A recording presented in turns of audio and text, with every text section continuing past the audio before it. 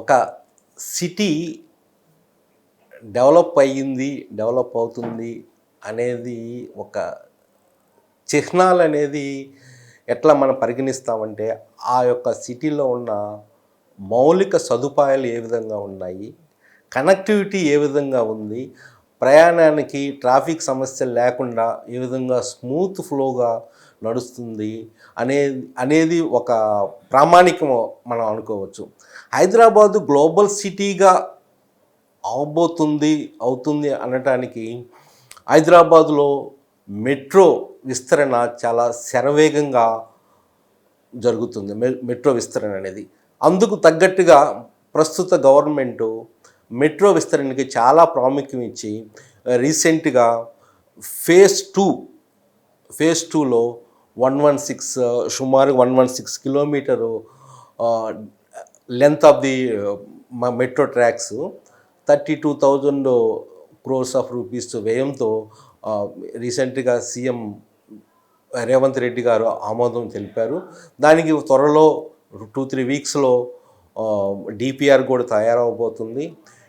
దీన్ని డిపిఆర్ తయారైన తర్వాత మళ్ళీ సెంట్రల్ గవర్నమెంట్కి దాని ఆమోదానికి పంపించబోతున్నారన్నమాట. యాక్చువల్గా ఏంటంటే ఏ విధమైనా కానీ ఏంటంటే డెవలప్మెంట్ అనేది ముఖ్యంగా మెట్రోతో చాలా వరకు అవినాభావ సంబంధం ఉందన్నమాట. ఈ మార్గంలో ఏంటంటే ఇక్కడ హైదరాబాద్ కూడా ఏంటంటే ఢిల్లీ తర్వాత ఇండియాలో సెకండ్ లాంగెస్ట్ మెట్రో అనమాట. ఢిల్లీలో 350 కిలోమీటర్స్ సుమారుగా మెట్రో ఉంది. ఇక్కడ ఇప్పుడు ఈ ఫేజ్ 2తో కలిపితే 185 కిలోమీటర్స్ ఉండబోతుంది అనమాట. అంటే ఇప్పుడు ఆల్రెడీ మనకి కారిడార్ 3 వరకు అయితే 3 కారిడార్స్ అయితే ఉన్నాయి. ఇందుట్లో ఈ ఫేజ్ 2లో కారిడార్ 4 నుంచి 9 వరకు అనేది విస్తరణ అనేది ఇప్పుడు చేపట్టబోతున్నారు ప్రస్తుతం ఉన్న గవర్నమెంట్ అనమాట.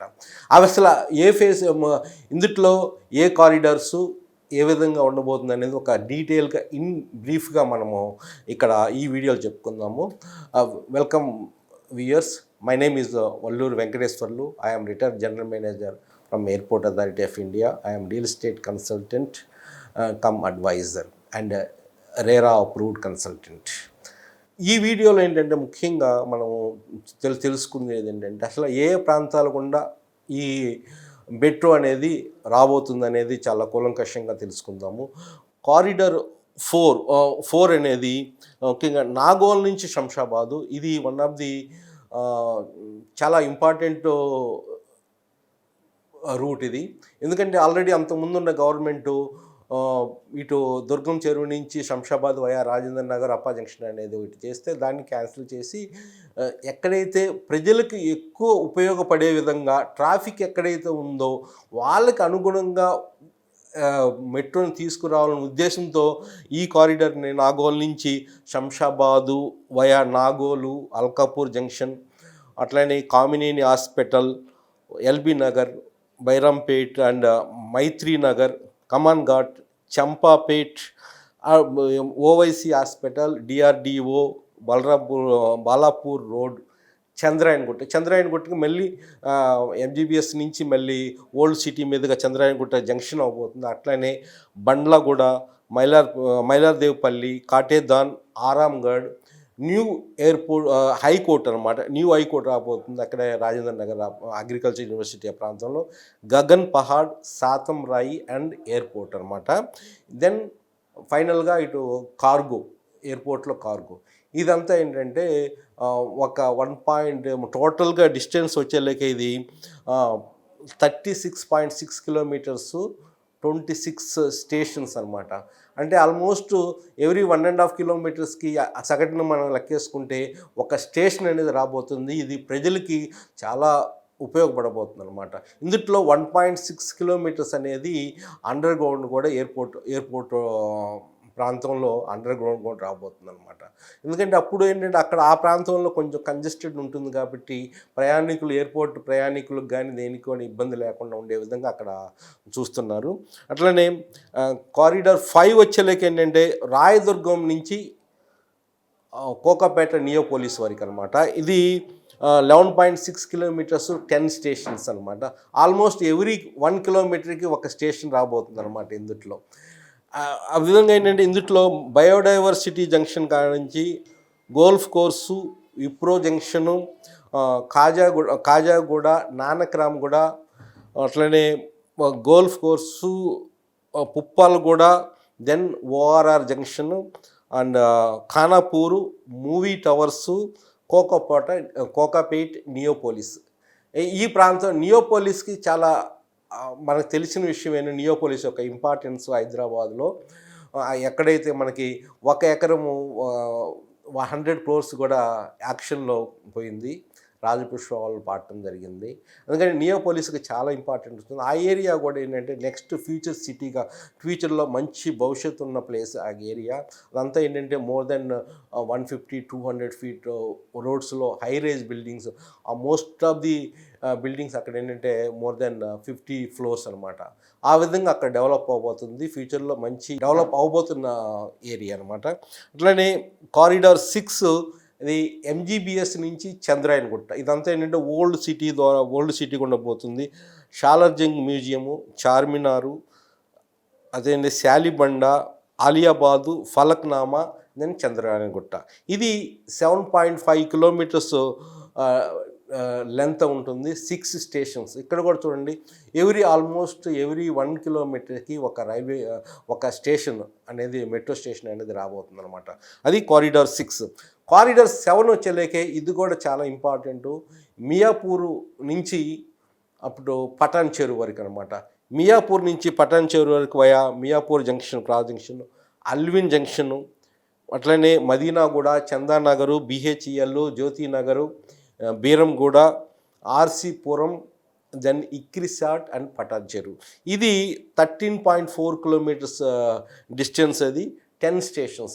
ఇక్కడ కూడా సగటున తీసుకుంటే ఎవ్రీ 1.3 kilometersకి ఒక స్టేషన్ అనేది, మెట్రో స్టేషన్ అనేది రాబోతుంది. అంటే కారిడార్ 8 ఎల్బీ నగర్ నుంచి హయత్ నగర్. ఇది ఎప్పటి నుంచో, ఈ ఏరియా కూడా ఏంటంటే ఎప్పటి నుంచో డిమాండ్ ప్రాంతం. ఎందుకంటే ఎల్బీ నగర్ చాలా కంజెస్టెడ్ ఏరియా. అందుకని రెసిడెన్షియల్ ఏరియా చాలా వరకు హయత్ నగర్ వైపు చాలా వరకు బాగా డెవలప్ అవుతుంది. అప్పుడు ఓఆర్ఆర్ వరకు అనమాట, ఓఆర్ఆర్ ఎగ్జిస్ట్ వరకు. అది కూడా ఏంటంటే 7.1 kilometers డిస్టెన్స్. ఇది 6 stations రాబోతుంది. అంటే ఆల్మోస్ట్ ఎవ్రీ 1 kilometerకి ఒక స్టేషన్ రాబోతుంది. ఈ రూట్ చూస్తే via Chintalakunta, Vanasthalipuram, Auto Nagar, lecturers colony, RTC colony, then Hayath Nagar. ఇది కూడా చాలా ఇంపార్టెంట్. ఎందుకంటే చాలా వరకు ఇది ఆల్మోస్ట్ హయత్ నగర్ కూడా ఓఆర్ఆర్కి చాలా దగ్గరగా పెద్దంబరపేట ఓఆర్ఆర్ ఎగ్జిస్ట్కి అన్నమాట అది. అట్లనే కారిడార్ 9 phase 2లో లాస్ట్గా లేటెస్ట్గా ఇంట్రడ్యూస్ చేసిన ఈ కారిడార్, ఇది లేటెస్ట్ 9. అది మన శంషాబాద్ ఎయిర్పోర్ట్ నుంచి కొత్తగా రాబోతున్న ఫ్యూచర్ సిటీ, అట్లనే 4th city అని కూడా అంటున్నారు, ఫ్యూచర్ సిటీ అంటున్నారు. ఆ ప్రాంతానికి ఆల్మోస్ట్ 40 kilometers డిస్టెన్స్ ఇది కవర్ చేయబోతుంది. ఇది కూడా వన్ ఆఫ్ ది ప్రామినెంట్ తీసుకోబోతుంది ఫ్యూచర్లో. ఎందుకంటే ఇది ఎయిర్పోర్ట్ నుంచి మొత్తం డెవలప్మెంట్ ఏరియా అనమాట. ఎయిర్పోర్ట్ నుంచి ఇటు వయా పెద్దగోల్కొండ, బదుర్పల్లి దగ్గర బదుర్గూడ, దెన్ తుక్కుగూడ, అక్కడి నుంచి వచ్చేలేక మళ్ళీ రావియాల నుంచి ఫ్యూచర్ సిటీ డైరెక్ట్ రూట్ అనమాట. అంటే ఓఆర్ఆర్ ఫాలో అవుతుంది అనమాట. ఇదే ఇక్కడి నుంచి పెద్దగోల్కొండ కాడి నుంచి ఓఆర్ఆర్కి సర్వీస్ రోడ్డుకి లెఫ్ట్ సైడ్ ఇన్సైడ్ సిటీలో ఏరియాలో ఆ మధ్యన గ్యాప్ ఆల్రెడీ దీనికోసం ప్లేస్ అయితే ఉంది. అక్కడ వరకు ఏంటంటే రావిరియాల వరకు ఓఆర్ఆర్ని ఫాలో అయ్యి రావిరియాల కాడి నుంచి మళ్ళీ ఫ్యూచర్ సిటీకి డైరెక్ట్గా దీన్ని తీసుకురాబోతున్నారు, మెట్రో ట్రైన్. అంటే ఫ్యూచర్ సిటీకి అక్కడ ఈ మెట్రో తీసుకురావాలని already chief minister Revanth Reddy గారు యొక్క ఫోకస్ ఉంది కాబట్టి ఫ్యూచర్ సిటీ మీద ఈ విధంగా తీసుకురావటం వలన ఏంటంటే డెవలప్మెంట్ ఈ రూట్లో చాలా బాగా ఉండబోతుంది అనమాట. దీనివల్ల ఏంటంటే ఈ రెండో దశ పూర్తి అయితే మొత్తము 185 kilometers డిస్టెన్స్ ఉండబోతుంది. ఇది హైదరాబాదు మెట్రో అన్నమాట. ఈ హైదరాబాద్ మెట్రో యొక్క మనం చూసుకుంటే చాలా వరకు అన్ని ప్రాంతాలు ఇప్పుడు కవర్ చేసినట్టు అవుతుంది. అంటే చుట్టుపక్కల అన్ని ప్రాంతాలు ఎక్కడైతే మనకి ట్రాఫిక్ కంజెషన్ ఉందో, ఎప్పుడైతే దీనివల్ల ఏంటంటే చాలా ఉపయోగాలు ఉన్నాయి. ఏ విధంగా అంటే మనం చూసుకుంటే ట్రాఫిక్ కంజెషన్ తగ్గబోతుంది, అట్లనే పొల్యూషన్ తగ్గుతుంది, అట్లనే చాలా వరకు ఏంటంటే ఒక ఒత్తిడి అనేది, ఒక స్ట్రెస్ అనేది ఇండివిజువల్ పీపుల్ ఎక్కువ లాంగ్ డిస్టెన్స్లో మన ట్రాఫిక్లో ఇరుక్కుపోతే ఆ స్ట్రెస్ లెవెల్స్ అనేది తగ్గబోతుంది.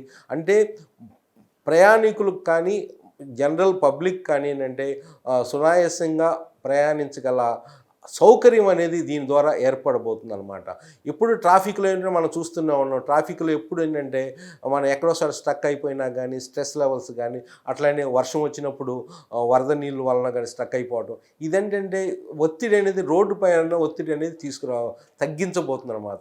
ఈ కనెక్టివిటీ ఎప్పుడైతే పెరుగుతుందో కొంచెం డిస్టెన్స్ అయినా కానీ రెసిడెన్స్కి చేసి మనం వెళ్ళే దూరంగా మనం నివసించే ప్రాంతానికి, మనం జాబ్ చేసే ప్రాంతానికి కనెక్టివిటీ అనేది తగ్గబోతుంది, ప్రయాణం టైం తగ్గబోతుంది, ప్రొడక్టివిటీ కూడా ఒక పర్సన్కి పెరగబోతుంది దీనివల్ల ఒకసారి ఆలోచిస్తే. ఎందుకంటే మనిషి ఇక్కడ జాబ్ చేసే దగ్గర ఏంటంటే మనం ఎక్కువ ప్రయాణం చేసి జాబ్లో ఎంటర్ అయినప్పుడు అక్కడ ఆటోమేటిక్గా ఏంటంటే స్ట్రెస్ లెవెల్ పెరిగితే కొంచెం ప్రొడక్టివిటీని తగ్గడానికి అవకాశం ఉంది.